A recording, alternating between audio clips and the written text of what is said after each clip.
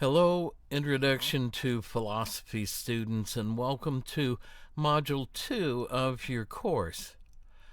We looked at the main branches of philosophy in Module 1. What we're going to concentrate on in Module 2 is an area of philosophy, most of which falls under the broad heading of metaphysics, and that is the area of philosophy of religion.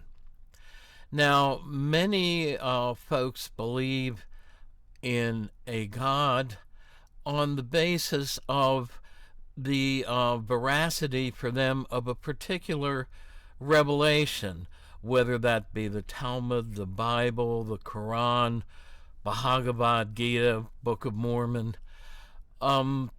In other words, they believe in God based on the authority of a text that they rely on as authoritative.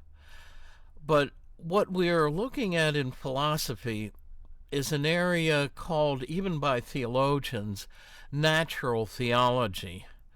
In other words, if we set revelation aside, can we ask, well, what can we know or not know? What can we prove or not prove about the existence or non-existence of a God based on either reason alone or reason alone aided by observations of the physical world? Now we're going to look at three different arguments that have been historically considered as arguments for the existence of God. One that you may not have heard of is called the ontological argument, from the Greek word ontos, which is the word for being or existence. This is a deductive argument, and it claims to show with mathematical certainty the existence of a God from the concept of who God is. That is, from a concept that describes the being or existence status of God. These are deductive arguments of this type are a priori. That word means prior to and independent of experience. In other words, we're moving in the ontological argument merely from the concept of God to a claim that the being that fits that concept has real existence. Other arguments for the existence of God are called a posteriori, and these are probabilistic arguments.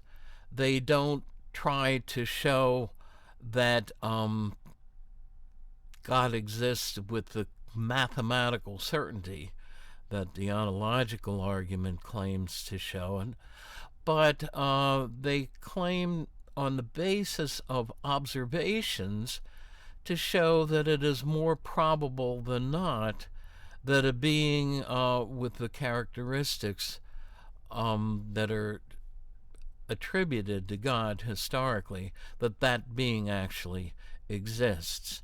We're going to look at two arguments. One called the cosmological argument.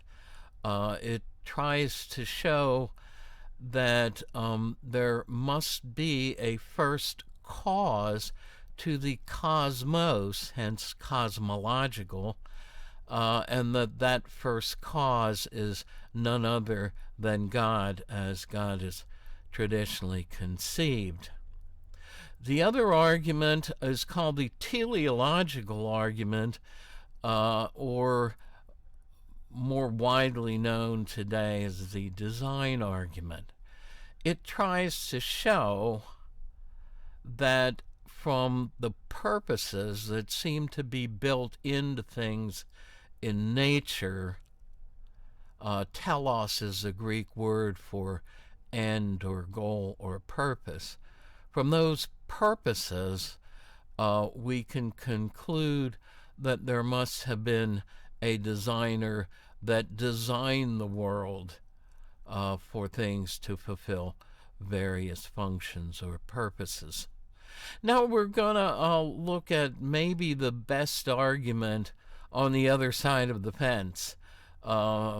Perhaps the best weapon in the atheist's arsenal historically has been what we call the traditional problem of evil. It tries to show that given the real existence of evil, a being with the traditional characteristics of God, especially that God is all-knowing, omnibenevolent, loving, and all-powerful, it claims to show that a being like that would stamp out evil. And if evil exists, it claims to show that that being, normally referred to as God, cannot exist. So, hope you enjoy the module. There's a lot in this module, but just take it one step at a time, and I think you'll do very well.